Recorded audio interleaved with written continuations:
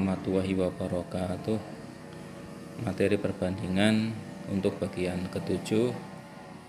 Pertemuan lalu kita sudah sampai menyimpulkan bahwa perbandingan ada dua jenis, yaitu perbandingan senilai dan perbandingan berbalik nilai.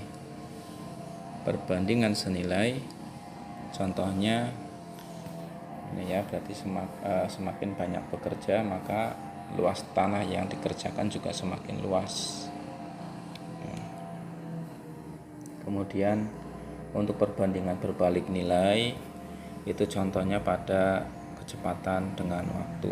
Jadi misalkan suatu sepeda motor kecepatan lajunya semakin tinggi, maka waktu tempuhnya itu semakin sedikit ya. Apabila semakin pelan, maka waktu tempuhnya akan semakin lama. Itu materi kali ini tentang membedakan perbandingan senilai atau perbandingan berbalik nilai. Nanti disambung dengan grafik ya. Kita lanjut saja. Isilah tabel berikut ini: nomor, uraian, kemudian jenis perbandingan. Di sini nomor 1, waktu dengan jumlah pekerja. Waktu dengan jumlah pekerja. Berarti perbandingan termasuk perbandingan berbalik nilai ya. Karena semakin banyak pekerja maka waktu yang dibutuhkan semakin sedikit. Atau balikannya, kalau jumlah pekerjanya sedikit maka waktu yang ditempuh akan semakin lama atau banyak. Nomor 2, kira-kira apa ini? Termasuk perbandingan senilai atau berbalik nilai. Waktu dengan luas yang dikerjakan. Termasuk apa? Perbandingan senilai. Karena luasnya semakin, misalkan tanah semakin luas yang dikerjakan, maka waktu yang dibutuhkan pun akan semakin banyak. Jadi waktunya lama, tanahnya juga luas ya, semakin luas. Jadi semakin besar, sama-sama semakin besar, maka perbandingan senilai. Yang ketiga, jumlah pekerja dengan luas yang dikerjakan. Coba kita pakai logika, jumlah pekerjanya banyak sekali, maka luas tanah yang dikerjakan juga semakin besar ya, atau semakin luas sana ya. Jadi dia perbandingan senilai. Nomor 4, waktu dengan kecepatan. Nah ini waktu dengan kecepatan seperti contoh yang tadi ya. Jika kecepatannya laju atau tinggi, maka waktu tempuhnya hanya sedikit ya. Atau sebaliknya, jika lajunya semakin pelan maka waktu lajunya akan membutuhkan waktu yang lama. Jadi dia berbanding atau perbandingan berbalik nilai ya. Jarak dengan kecepatan. Kalau jarak dengan kecepatan tidak berpengaruh ya, mau cepat atau pelan, berarti sama-sama menempuh jarak yang telah ditetapkan. Jadi tidak berpengaruh ini. Berarti termasuk perbandingan senilai ya. Jadi semakin lama perjalanan maka jarak tempuhnya juga akan semakin panjang ya, perbandingan senilai. Kemudian nomor 6, jarak dengan waktu. Ada pengaruhnya dengan berbalik nilai atau tidak ini? Waktunya lama maka jarak tempuhnya pasti lama gitu ya. Jadi perbandingan senilai juga ya. Kita masuk pada grafik perbandingan. Yang pertama perbandingan senilai. Coba kalian perhatikan, di sini ada sumbu X mewakili waktu dan sumbu Y untuk luas tanah yang dikerjakan dalam meter persegi.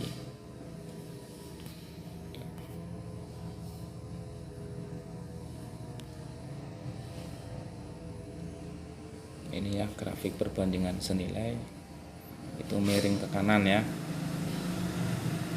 Dari grafik diperoleh satu, jika bekerja selama 1 jam luas yang dikerjakan 10 meter persegi. Nah, jika bekerja selama 2 jam, nah ini semakin banyak juga luasnya ya, bertambah juga, jadi dia termasuk perbandingan senilai 20 meter persegi.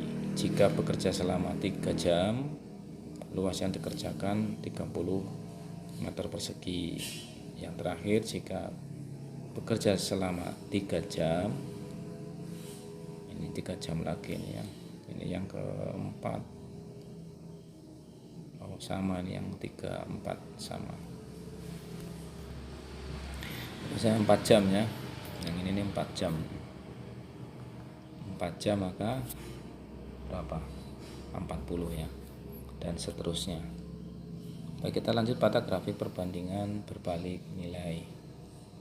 Masih sama ya, untuk sumbu X mewakili waktu, kemudian untuk sumbu Y banyak bekerja. Nah ini, jadi semakin banyak bekerja, ini misalkan bekerjanya 60, ini ya, bekerjanya 60, waktunya hanya 3 jam. Jika bekerjanya semakin sedikit 10, dia waktunya semakin lama ya, 14 jam misalkan begitu. Nah, lebih lengkapnya ini dari grafik di kiri didapat agar selesai pekerjaan itu dalam waktu ya, 3 jam bekerja 60 menit. Untuk selesai pekerjaan 6 jam 30 menit. Sampai yang terakhir, apabila membutuhkan waktu 15 jam, maka sekitar 10 orang ya. Baik, kita lanjut pada kecepatan dan waktu ya, penggunaan ini, perbandingan ini kecepatan dan waktu. Masih ingat rumusnya? Itu rumus umum S sama dengan V kali T ya. Jadi saya ulang, ini S sama dengan V dikali T.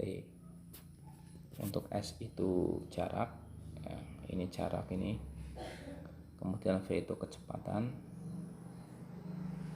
kemudian T nya itu waktu ya. Waktu, karena yang akan kita cari adalah waktunya, ini ada waktunya ini ya, berarti berarti P sama dengan S dibagi V ya. Kalau misalkan kita cari V kecepatannya, maka S dibagi T, itu saja. Baik, kita mulai saja untuk yang pertama, 1 jam ya. Di sini disebutkan di contoh 120 km, berarti untuk waktu tempuh 1 jam, maka kecepatan yang dibutuhkan adalah 120 km per jam ini ya. Ini bacanya berarti 120 km per jam.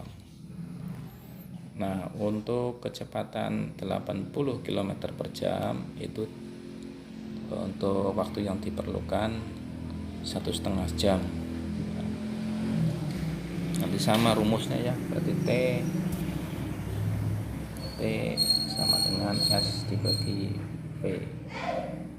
Jadi S nya itu ini ya, jarak tadi yang 120 itu dibagi 80, jadi namanya dicoret, kemudian sama dengan 1,5 ya, seperti itu. Untuk 60 km per jam membutuhkan waktu 2 jam. Nah, untuk waktu 3 jam dengan kecepatan 40 km per jam. Untuk 34 jam, semakin pelan kecepatan ini ya, 6 jam membutuhkan waktu, kilometer per jam 8 jam yang dibutuhkan, 10 km per jam 12 jam waktu yang diperlukan. Untuk grafiknya seperti ini ya. Nah, ini berbalik nilai ya.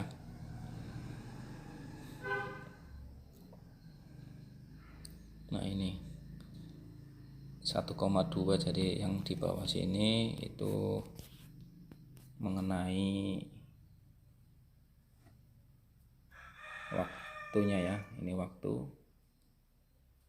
Kemudian yang sumbu Y-nya itu adalah kecepatannya. Jadi kalau kecepatannya semakin tinggi, maka waktu yang dibutuhkan semakin sedikit. Nah, itu saja untuk materi kali ini, selesai untuk perbandingan ya. Jadi ini yang terakhir. Semoga bermanfaat. Terima kasih atas perhatiannya. Assalamualaikum warahmatullahi wabarakatuh.